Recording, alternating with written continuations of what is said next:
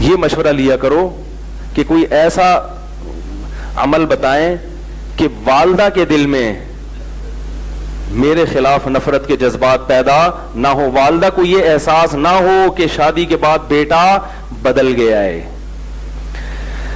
ماں کے دل پہ آرے چلتے ہیں. جب بیٹے کی دلہن آتی ہے, وہ کہتی ہے میں نے اپنی چھاتی سے لگا کے جوان کیا,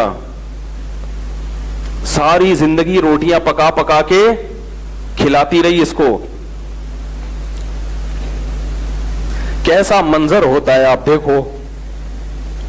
گھر میں کوئی ماسی رکھو نا, کوئی ملازم رکھو, 3 دن کھانا پکائے گا, پیسے مانگنے آ جائے گا. نگرانی کرنی پڑتی ہے تمیز سے کام کر رہا ہے کہ نہیں کر رہا. کیسی رب روٹیاں پکانا شروع کی اس نے, بچپن سے کھلاتے کھلاتے بڈھی ہو گئی. 1 روپیہ بھی اس خدمت کا بولو بھائی نہیں مانگتی. وہ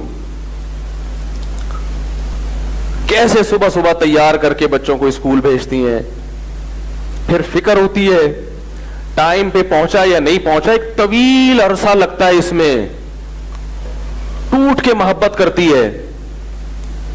اسے پتا ہے کہ میری زندگی میں ایسی محبت یہ کسی اور کو نہیں دے گا, ایسی جذباتی. جب دلہن آتی ہے تو ماں کو یہ احساس ہوتا ہے کہ میں پرانی ہوں اور یہ کیا ہے, نہیں ہے.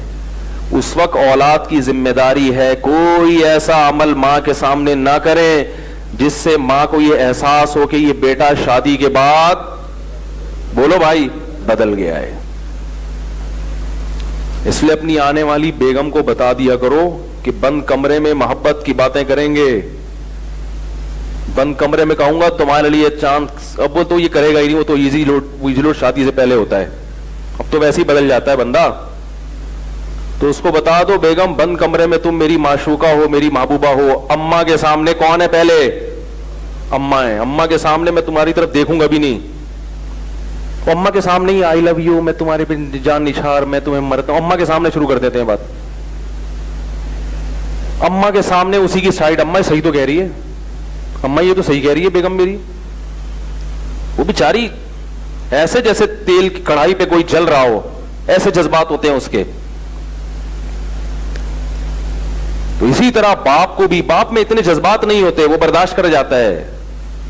تو باپ کو بھی اور ماں کو بھی ہے. میں یہ نہیں کہہ رہا بیوی کے حقوق ادا مت کرو, یہ نہیں کہہ رہا, حقوق تو پورے دو اس کے, لیکن سیاست سے بھی کام لینا چاہیے, کوئی ٹیکنیکل طریقے سے بھی کام لینا چاہیے. محبت کا یہ کون سا طریقہ ہے کہ آپ ہر تھوڑے دن کے بعد جا رہے ہیں, برگر لے کر آ رہے ہیں, بیگم کے کمرے میں گھس رہا ہے. روزانہ اماں دیکھ رہی ہے, پہلے تو کبھی گھر میں برگر پیزا نہیں آیا, برگر نہیں آیا, فروٹ نہیں آئے. روزانہ آفس سے آتے ہوئے 2 کلو سیب کی بوری لے کے چوہوں کی طرح چھپا کے ہے بھائی کنی کترا کے نکل رہے, گھس رہا ہے. تھوڑا دل بڑا کر لو, سیب لا رہے ہو 2 کلو اماں کے لیے, 1 کلو ابے بول لو نا بیگم کے لیے. آپ بولو اتنے پیسے کے درختوں پہ لگیں گے, مشورے دے رہے ہو. تھوڑے لے آؤ جتنے پیسے اللہ نے دیے. اول تو اللہ نے سب کو رزق دیا ہے, فراوانی دی ہے. تھوڑا سا ماں کو یہ احساس دلا دو کہ اماں میں تم کو بھولا نہیں ہوں, میں بھولا نہیں ہوں, یہ احساس دلا دو باپ کو بھی ماں کو بھی.